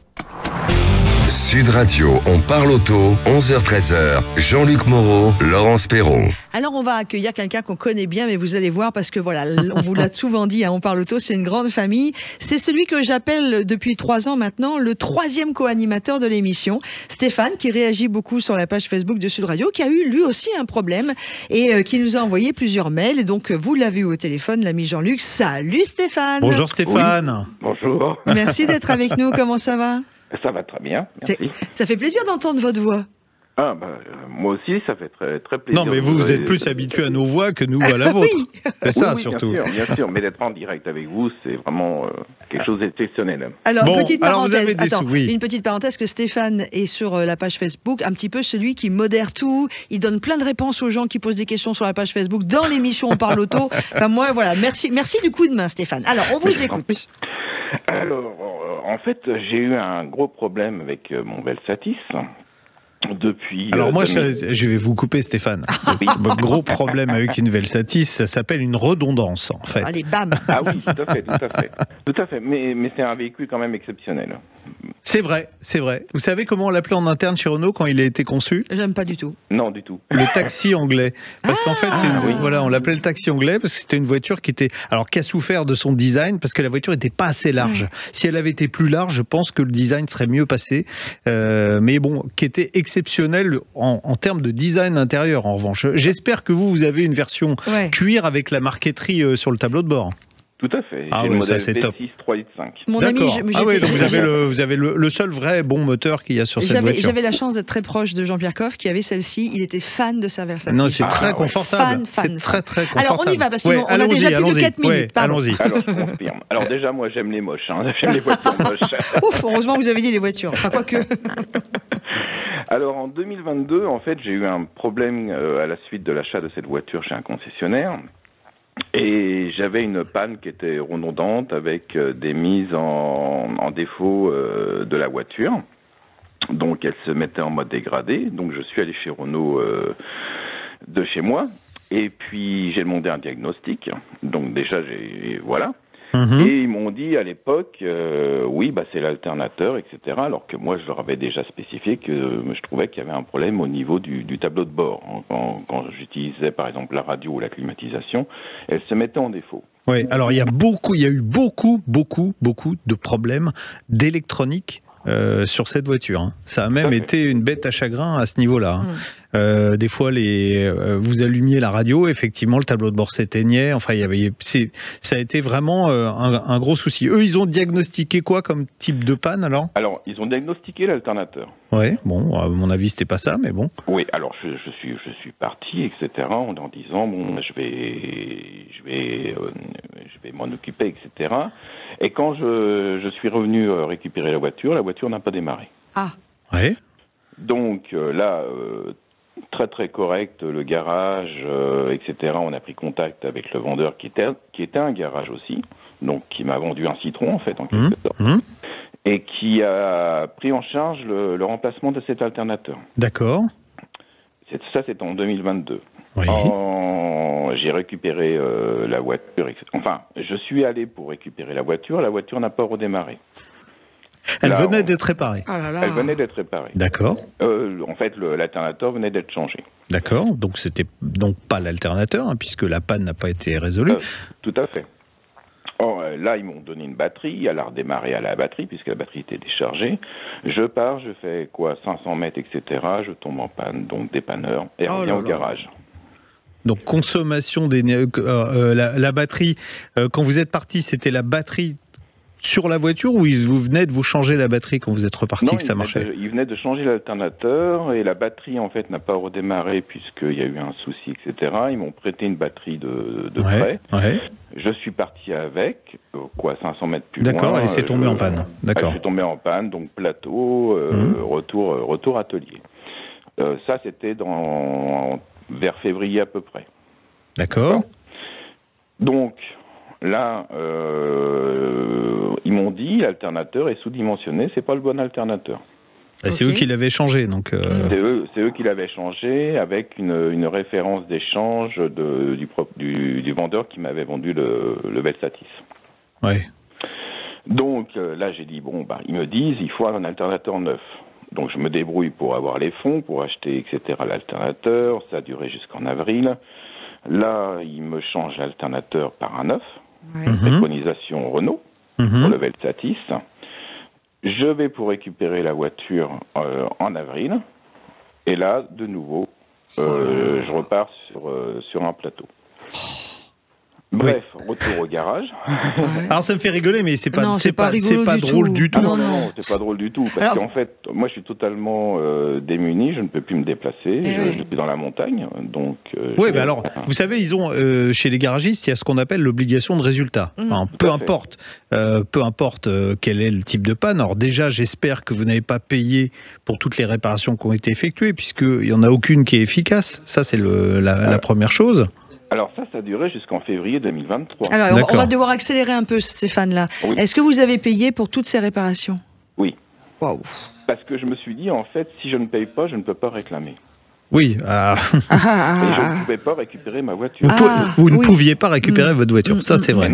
Ouais, mais vu qu'elle ne marchait pas, c'est retour à la case départ. Alors moi, ce que je vous invite à faire, c'est leur faire d'abord un courrier recommandé avec accusé de réception. Jean-Luc, c'est qu'on en est où aujourd'hui, Stéphane? Votre voiture marche toujours pas? Alors, ma voiture, je l'ai récupérée, elle est chez moi, je l'utilise pour des petits trajets, mais vraiment très très courts pour des commissions, etc.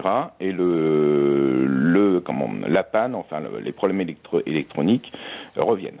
Ok. Alors, qu'est-ce qu'il fait là? Non, mais pour moi, c'est pas ni un problème de batterie ni un problème d'alternateur. Donc déjà, j'espère qu'ils vous rembourseront pour ça, puisque vous avez à mon avis changé. Il y a une facturation complètement délirante. De combien on parle vrai?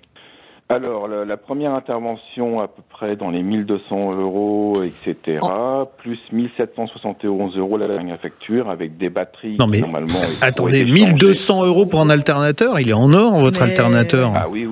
Ah, c'est pas possible. Il mange du caviar, votre garagiste. Non, bah alors, et vous savez quoi? Bon, vous avez sans doute peut-être avec votre assurance une protection juridique, non? Non, j'ai demandé, non, je suis dit au tiers. D'accord, alors, ce qu'on va faire,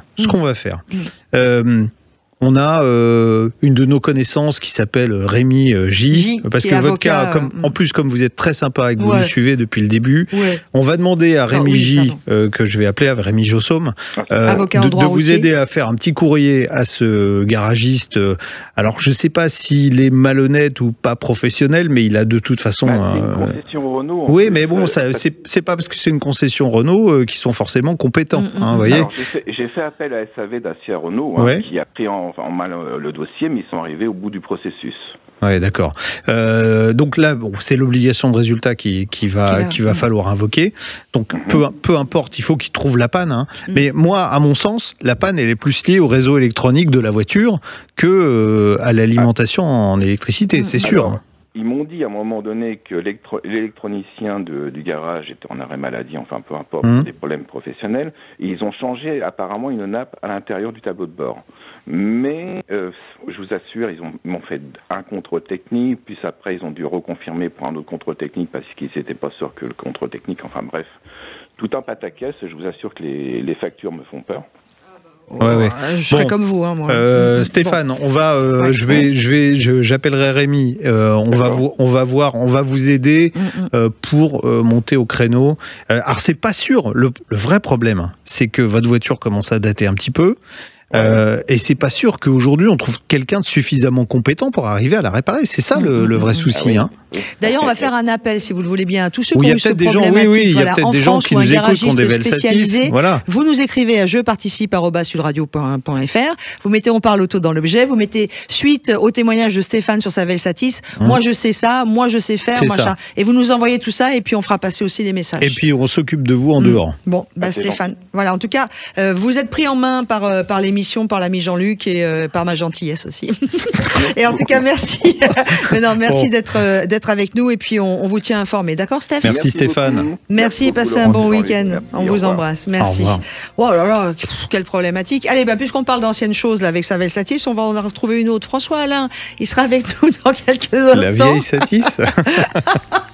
En direct du célèbre autodrome de Montlhéry qui fête ses 100 ans. À tout de suite. Sud Radio, on parle auto, 11h-13h, Jean-Luc Moreau, Laurence Perron. Avec Bosch Car Service, entretien et réparation multimarque pour tout type de véhicules, y compris les hybrides et les électriques. Rendez-vous dans l'un de nos 15 000 garages Bosch Car Service dans le monde. boschcarservice.fr. Bosch Car Service, entretien et réparation multimarque pour tout type de véhicules, y compris les hybrides et les électriques. Rendez-vous dans l'un de nos 15 000 garages Bosch Car Service dans le monde. boschcarservice.fr présente. Sud Radio, on parle auto, 11h-13h, Jean-Luc Moreau, Laurence Perron. Et c'est un sacré anniversaire que l'on va fêter, les 100 ans. Mais De ne vous François trompez pas. J'allais dire que ce n'est pas celui de notre invité, même s'il n'en est pas si loin. François Alain, bonjour. Bonjour les amis, je vous remercie de souligner que je suis passé au-delà des 50 ans.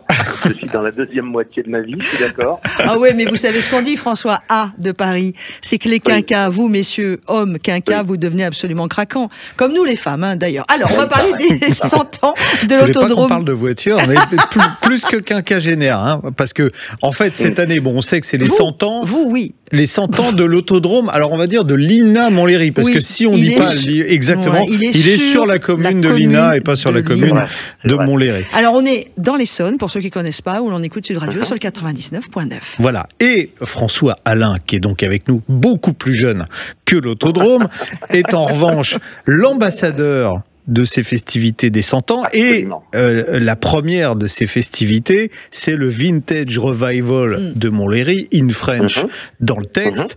Événement qui a lieu, c'est tous les 2 ans, hein, normalement, le Vintage Revival. Alors, ce qu'il faut juste préciser, c'est qu'évidemment, l'année des 100 ans de Montlhéry est émaillée d'un certain nombre d'événements tout au long de l'année. En fait, il n'y en a pas qu'un ou deux, il y en a une dizaine. Il y a une dizaine d'événements qui ont lieu pendant toute cette année 2024 pour célébrer les 100 ans. Le centenaire officiel a lieu en octobre, et donc là, ce sera la cerise sur le gâteau, parce qu'on va évidemment organiser un gros événement avec des voitures de toutes les époques. On va essayer de retrouver des pilotes qui sont encore avec nous pour raconter leurs exploits en auto, en moto, parce qu'il ne faut pas oublier qu'il y a eu aussi la moto, bien sûr, qui a fait des exploits à Montlhéry. Il y a eu le bol d'or, il y a eu plein de choses qui se sont passées à Montlhéry. Et puis régulièrement, des manifestations passent à Montlhéry, comme ça a été le cas encore il y a quelques jours avec le Tour Auto, qui a fait son départ de l'édition 2024 à Montlhéry, mais ce week-end se déroule à Montlhéry, Vintage Revival Montlhéry. Et ça, c'est une manifestation formidable. Oui, parce que c'est que des véhicules d'avant-guerre.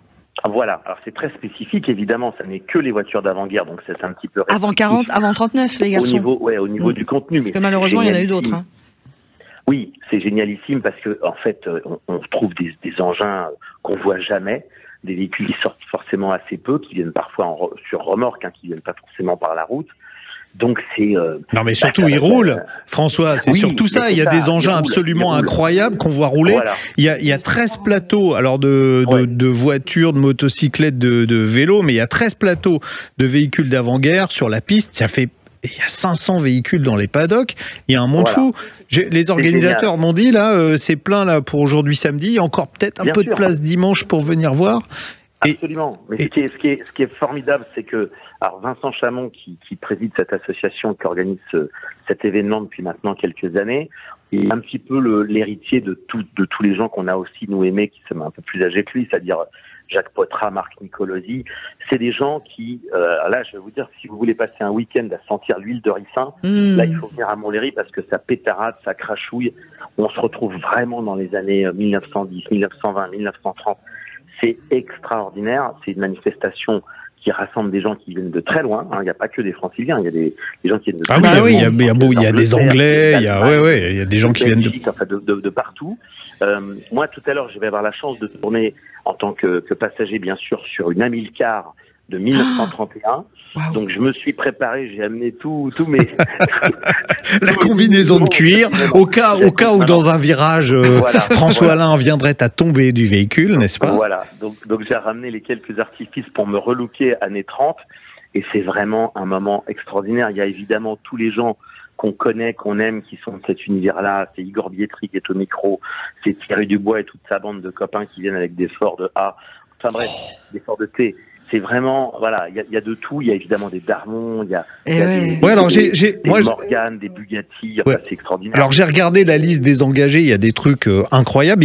Alors il y a plein de marques que je connaissais pas, qui ont disparu aujourd'hui. Ouais, et puis il y a quelques voitures exceptionnelles. Il y a alors c'est une reconstruction, mais les voitures vraiment les plus anciennes, il y a beaucoup de reconstruction parce que ces voitures ont disparu. Là c'est une Miller 91 à traction avant de 1927 qui avait fait les 500 miles Indianapolis avec à péter des Paolo, voilà.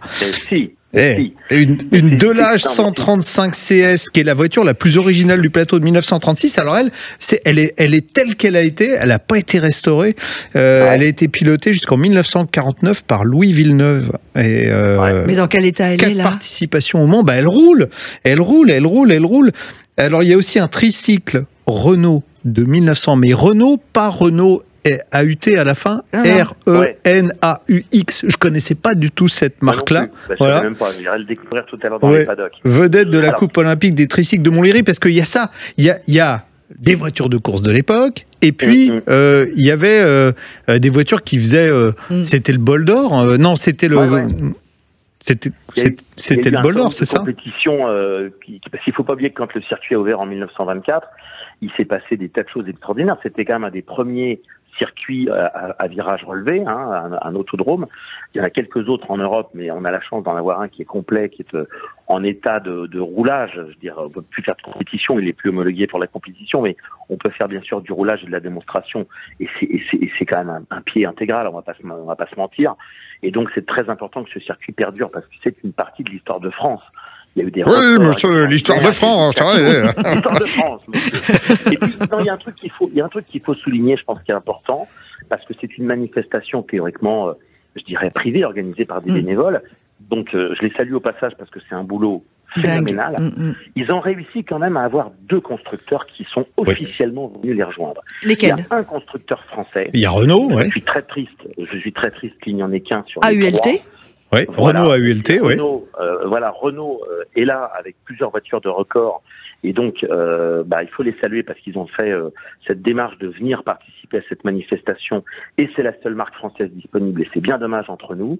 Et puis, il y a la marque Audi qui est aussi là parce qu'on a oublié parfois, pour ceux qui sont plus jeunes, que Audi, Auto-Union, en fait, avant la Seconde Guerre mondiale, a fait aussi des voitures de record. Et donc, Audi AG, Audi Allemagne, a amené quelques véhicules pour faire cette démonstration ce week-end à Montlhéry. Donc il y a quand même 2 constructeurs, un français, un allemand, qui sont officiellement présents à cette manifestation, en plus de tous les clubs, évidemment, de la S, tous les clubs, les motocyclaristes, les clubs Morgan, la plupart des clubs concernés sont bien sûr présents. Et c'est vraiment un moment exceptionnel qu'on ne voit qu'une fois tous les 2 ans. Donc du coup, on est très excités quand la date approche. Et franchement, c'est... oui, puis il y a des voitures. L'organisateur me disait, il y a une Darracq qui roule, donc voiture du début du siècle dernier, avec un moteur. Alors, il y a 2 vitesses sur la boîte. La première, c'est pour aller de 0 à 100, et la deuxième, de 100 à 200. Voilà. Bon, en tout cas, c'est un très beau programme pour les fameux Vintage Revival à Montlhéry. C'est aujourd'hui et demain. Je crois que c'est un peu complet. Demain, c'est possible. Alors, aujourd'hui, c'est plein. Aujourd'hui, c'est complet. Mais demain, allez-y, tentez votre chance, parce que ça vaut vraiment le coup. Ils sont victimes de leur succès, mais franchement, ce qui est génial, ça vaut le coup. Ça prouve qu'en France, on aime la voiture, contrairement à ce que certains voudraient nous faire croire. Et puis, qu'il y a un engouement. Moi, j'ai croisé tout à l'heure, il y a des gamins, des petits qui sont là. C'est génial parce qu'ils ont les yeux écarquillés d'étonnement, ils sont épatés, c'est formidable. Et puis c'est surtout qu'on est aussi rendez-vous avec le patrimoine, quoi. C'est du patrimoine, la voiture et tout ça avant-guerre. Et puis on parlera de tous les autres rendez-vous qui vont se dérouler toute cette année 2024 avec l'autodrome de l'Ina Montlhéry qui fête ses 100 ans au mois d'octobre. Oui, mais ça nous laisse un peu de temps. Et normalement on y sera. Bon allez François, on vous laisse profiter. Profitez bien. Et tombez pas. Non, faites attention à vous. Et mettez une casquette, il fait beau.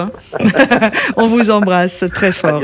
François Alain, que vous connaissez bien, journaliste et présentateur entre autres de Vintage Mécanique, ami personnel de On Parle Auto, de Jean-Luc Moreau et de Laurence Perroz. On va tout savoir.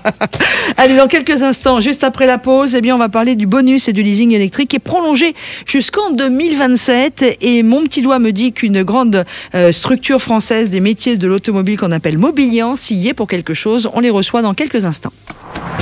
Sud Radio, on parle auto, 11h-13h, Jean-Luc Moreau, Laurence Perron. Avec Bosch Car Service, entretien et réparation multimarque pour tout type de véhicule, y compris les hybrides et les électriques.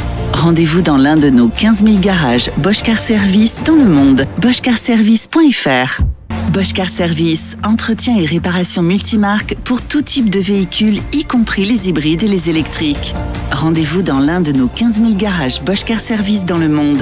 boschcarservice.fr présente. Sud Radio, on parle auto, 11h-13h, Jean-Luc Moreau, Laurence Perron. C'est tombé lundi dernier, on va en parler de ce bonus et de ce leasing électrique prolongé jusqu'en 2027. Avec vous, Dorothée Desraux-Julian, bonjour. Bonjour. Bonjour Dorothée. Vous êtes directrice des affaires publiques et de la communication du groupe Mobiliance et c'est pas pour rien qu'on vous a aujourd'hui. Exactement, parce que la France va accentuer son virage vers la voiture électrique. C'est ce qui ressort du contrat de filière qui a été établi par l'industrie automobile avec le gouvernement. Vous en faisiez partie, c'était lundi que ça a été signé. Alors c'est quelque chose de régulier ce contrat de filière ? Alors oui, totalement. C'est effectivement quelque chose de régulier. C'est un contrat qui intervient tous les 4 ans et qui fixe le plan d'action pour l'ensemble de la filière automobile sous l'égide de l'État et notamment sous l'égide de Bruno Le Maire, du ministère de l'économie et de son ministre de l'Industrie, Roland Lescure. C'est vraiment l'ensemble du plan stratégique partagé entre le gouvernement et les professionnels de l'automobile, que ce soit l'amont et l'aval de la filière. Et le contrat donc qui a été signé officiellement ce lundi en présence de Bruno Le Maire, Roland Lescure et Catherine Vautrin, les ministres à la fois de l'économie, de l'industrie et du travail, réunissait toute la filière pour fixer le programme d'action jusqu'en 2027. Oui, alors bon, on a compris que là, le virage électrique, il est même si on remet en cause de l'échéance de 2035, la France a décidé de mettre la barre vers l'électrique avec un objectif de vente dès 2027 qui est assez ambitieux. C'est un objectif ambitieux. C'est vrai qu'il y a cet objectif assez structurant dans le contrat d'une production de 2 millions de véhicules électrifiés en France d'ici à 2030, donc qui est mis dès l'introduction du contrat. C'est vraiment le fait de produire en France aussi. Donc il y a une vraie notion de souveraineté industrielle et de produire en France et d'avoir les actifs stratégiques dans notre pays. Mais c'est également un certain nombre de mesures sur d'autres volets, avec des nouveautés, par exemple sur la gestion du parc roulant. C'est vrai que le précédent contrat n'évoquait absolument pas ce sujet. Le fait d'avoir des mesures sur l'entretien automobile. Oui, ce qu'on appelle l'éco-entretien, pour que nos voitures continuent à rouler sans trop polluer. Exactement. Et ça, c'est une vraie nouveauté dans ce contrat. C'est-à-dire que ce n'étaient pas du tout des notions qui ont été abordées dans les précédentes versions du document. Et également l'économie circulaire, avec toute la notion de gestion de fin de vie du véhicule qui est bien sûr primordiale, avec notamment les centres de véhicules hors d'usage et tout l'écosystème, et dont les constructeurs, bien sûr, font également partie.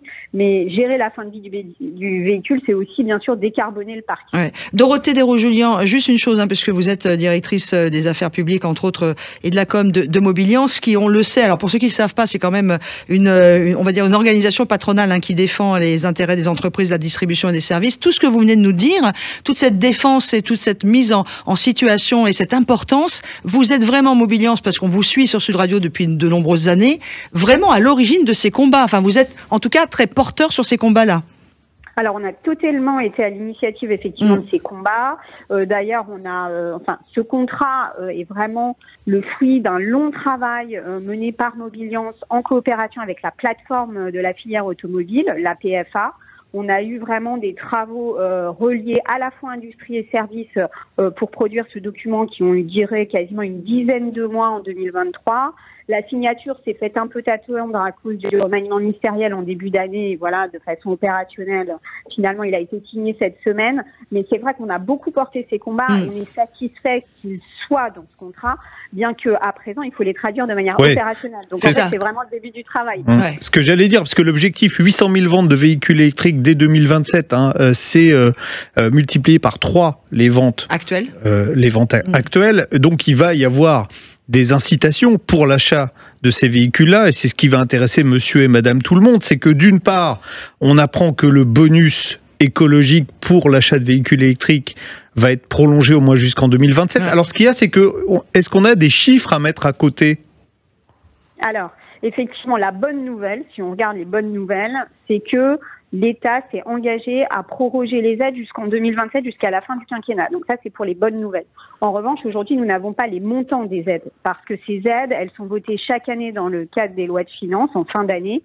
Et ça risque d'évoluer au fur et à mesure des années. Donc maintenant, le sujet, ça va être de vraiment maintenir un niveau d'aide suffisant parce qu'en fait, pour les ménages, vu la transformation qui s'annonce, pour le pouvoir d'achat des ménages, on a besoin d'avoir des aides dans cette période de transition qui soient à un niveau respectable. Oui, parce que l'enveloppe de 1,5 milliard d'euros qui est destinée à tous ces dispositifs ne bougera pas. Ça, par contre, on l'a appris. On sait que ça n'augmentera pas, donc il faudra arriver à tout gérer dans la même enveloppe. Alors, cette année, effectivement, c'est une enveloppe de 1,5 milliard. Après, l'enveloppe est revotée chaque année, donc elle peut évoluer. Mais en fait, effectivement, je pense qu'elle sera difficile à faire évoluer même l'an prochain. Et surtout, aussi, le gros sujet, c'est de savoir sur le leasing électrique quel va être le quota de l'enveloppe dédiée au leasing électrique, sachant que cette année, l'enveloppe a quand même pris 650 millions d'euros. Et donc, c'est massif dans une enveloppe, c'est quasiment la moitié de l'enveloppe. Alors, leasing électrique, parce que tout le monde ne sait pas forcément ce que c'est, ça aide les plus modestes à acquérir un véhicule électrique. Il y a eu 50 000 véhicules qui ont été aidés cette année, donc ça a permis à des gens qui n'auraient pas eu les moyens d'acheter une voiture électrique normalement, de pouvoir en acquérir une quand même. Donc ça, on sait que ça va continuer. Maintenant, est-ce que le montant sera le même l'année prochaine? Ça, on ne sait pas. C'est quoi le calendrier là à venir, Dorothée? Alors, les pouvoirs publics vont évaluer toutes ces politiques au deuxième semestre, comme chaque année, et ce sera voté dans le cadre de la loi de finances qui sera au Parlement à partir d'octobre, avec des textes réglementaires qui seront publiés. Généralement, ils sont publiés au mois de décembre. Ouais. Alors moi, il y a quelque chose aussi qui m'a interpellé dans ce contrat, c'est que l'État veut confirmer un objectif de 400 000 points de recharge en 2030 et il y a plus important, j'aime bien cette petite phrase, qu'au moins la moitié des grandes copropriétés soient prééquipées en bornes d'ici la fin 2027. Pour l'instant, c'est juste la misère en France. On veut vendre des voitures électriques aux gens et ça reste une galère pour faire installer des prises en copropriété.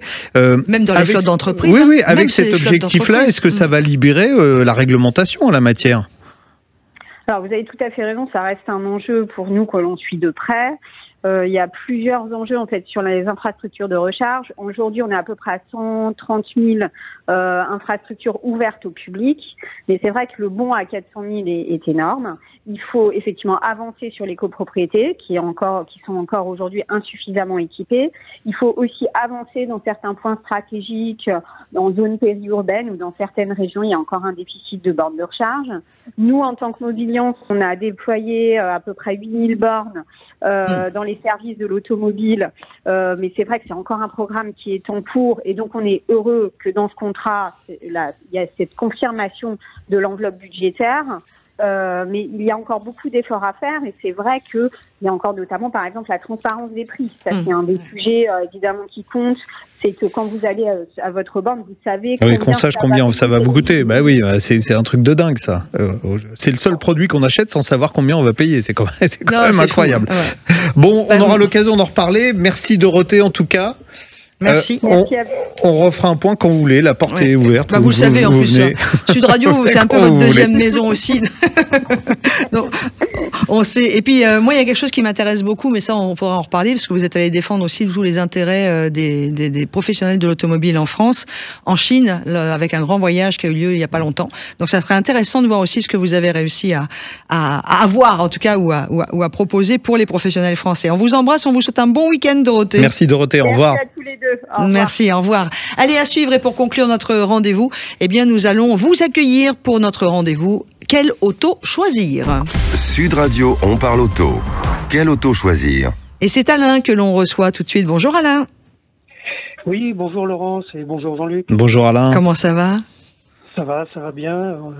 Dans mes Landes, là, il fait beau. Non, mais il fait beau partout, c'est cool. Alors Alain, c'est pas la peine d'essayer de nous rendre jaloux. On vous écoute, Alain. Ok, vous envisagez d'acheter une voiture? Oui, en fait, j'ai un 4VAR 1,5 litre 115 chevaux diesel et je le trouve un petit peu poussif quand je tire ma moto.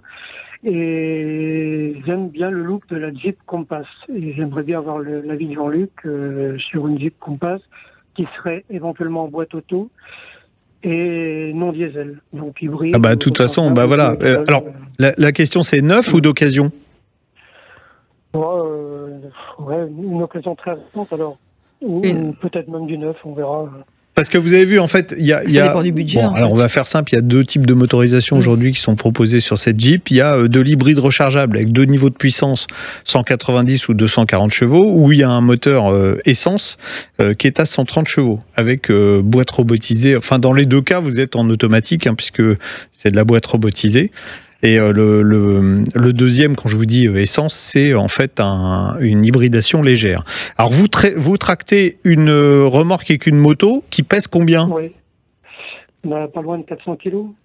Donc, c'est quoi? C'est une Harley Davidson ou c'est quoi? Ouais. Oui, parce qu'il ne reconnaît plus personne. C'est une Harley, d'où l'idée de la Jeep. Vous avez de la continuité dans les idées.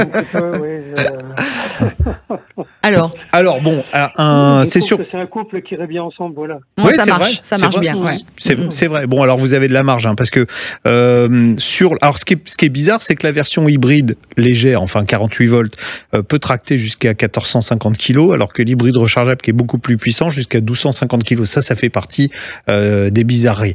Tout de suite, le défaut de l'hybride rechargeable, vous avez un coffre qui est pas très grand. Alors je sais pas si vous avez besoin de transporter. Un petit peu moins maintenant, les enfants sont plus. C'est quoi pas très grand? Il fait combien de litres? Il fait moins de 400 litres. Donc bon, pour un véhicule de cette taille-là, c'est pas gigantesque. Je sais combien fait le 4JAR, si c'est plus grand ou moins grand, je sais plus. Alors ça doit être un peu plus petit que dans le 4JAR. Ouais. Je vous dis ça de mémoire parce que le 4JAR, ça commence à dater. Alors là, évidemment, si vous passez à 190 ou 240 chevaux par rapport à vos 115 chevaux du 4JAR, ça va vous changer la vie. Hein. Dans les côtes, vous pourrez doubler. Par contre, là où ça va vous changer la vie aussi, mais dans l'autre sens, c'est que quand vous allez passer à la pompe, si vous faites des longs trajets. Alors, si vous faites du quotidien, pas de souci, hybride rechargeable, donc vous rechargez, vous pouvez faire... C'est pas un des meilleurs dans cette catégorie-là, mais entre 35 et 40 km avec la traction électrique. Il est en propulsion, parce qu'en fait, ce que vous avez, il est en 4 roues motrices, ce modèle-là. Le moteur le moteur essence entraîne les roues avant et le moteur électrique entraîne les roues arrière. Donc quand on est en 100% électrique, quand la batterie est chargée, on est en propulsion et on peut être en 4x4 dans certains cas quand on roule en hybride. Donc vous pouvez faire jusqu'à on va dire 40 km maxi dans votre semaine quand vous vous déplacez gentiment. Si vous faites des longs trajets, en revanche, là vous avez une conso qui va quand même grimper. Moi, quand j'ai fait l'essai, j'ai été environ à 6 litres et demi, 7 litres. Je vous invite d'ailleurs, il y a l'essai complet du Compass 4XE dans les vidéos que j'avais fait. Donc vous allez voir sur la page YouTube. Vous saurez tout. YouTube Sud Radio et vous tapez On parle auto Jean-Luc Moreau et bim, vous tombez dessus. Exactement. Voilà. Et compatible au bioéthanol ou pas? Alors ça, c'est une bonne question. Je n'en sais rien du tout, figurez-vous. Vous savez, je vais vous le dire, mais tous ceux qui nous écoutent, bouchez-vous les oreilles. La plupart des moteurs récents qui sont sortis ont déjà une compatibilité éthanol. Voilà. Alors, pas 100%, pas fonctionner au 85, comme je dis souvent, mais si vous faites un mélange, ça marche très bien dans, on va dire, 90% des cas. C'est des moteurs depuis quand? C'est des moteurs depuis quand, quoi? Ils sont sortis depuis quand, vous dites, les moteurs récents? Ah non, il n'y a pas quand je dis les récents, c'est 2-3 ans. On remonte pas 15 ans en arrière, même si les moteurs Renault dont je parle parfois sont plus anciens que ça. 2020, la mienne 2020, ça doit passer. On cherche tous à faire des économies. Hein. Bon, en tout cas, voilà. Budget pour finir, parce qu'il nous reste à peine 40 secondes avant la fin de l'émission. Ça va dépendre de la reprise de mon véhicule. Et puis sinon, je voudrais descendre un petit peu en dessous des 40 000 euros quand même. 40 000 euros, il faudra prendre une occasion récente, parce qu'on est plutôt aux alentours de 50 000 sur l'hybride rechargeable. D'accord. Sinon, vous avez l'autre version, mais si vous traînez un truc qui est lourd, moi je vous conseille tout de suite de prendre un modèle avec des chevaux, hein, sinon vous allez être, vous aurez le même problème vous leur donnez du foin. La voiture. Ouais, c'est ça, qu'avec la voiture que vous avez actuellement. C'est pas mon expression, c'est l'expression de Jean-Luc Moreau. Ça va manger du foin, tout ça. On vous embrasse fort, Alain. Merci Alain. Merci Laurence. Merci à vous. Bonne journée, au revoir. Bonne journée, au revoir. Merci, bon week-end. Allez, il me reste 20 secondes pour vous dire que moi je m'en vais marcher maintenant sur le chemin de Compostelle. Oui, monsieur, parce que ça roule, mais ça marche aussi, et que je vais remercier nos amis de chez Renault, on part à 6, qui m'ont prêté un magnifique espace hybride e-tech, full hybride. J'ai déjà commencé à le tester, c'est extraordinaire. C'est hyper confort. Alors il y a 5 à 7 personnes.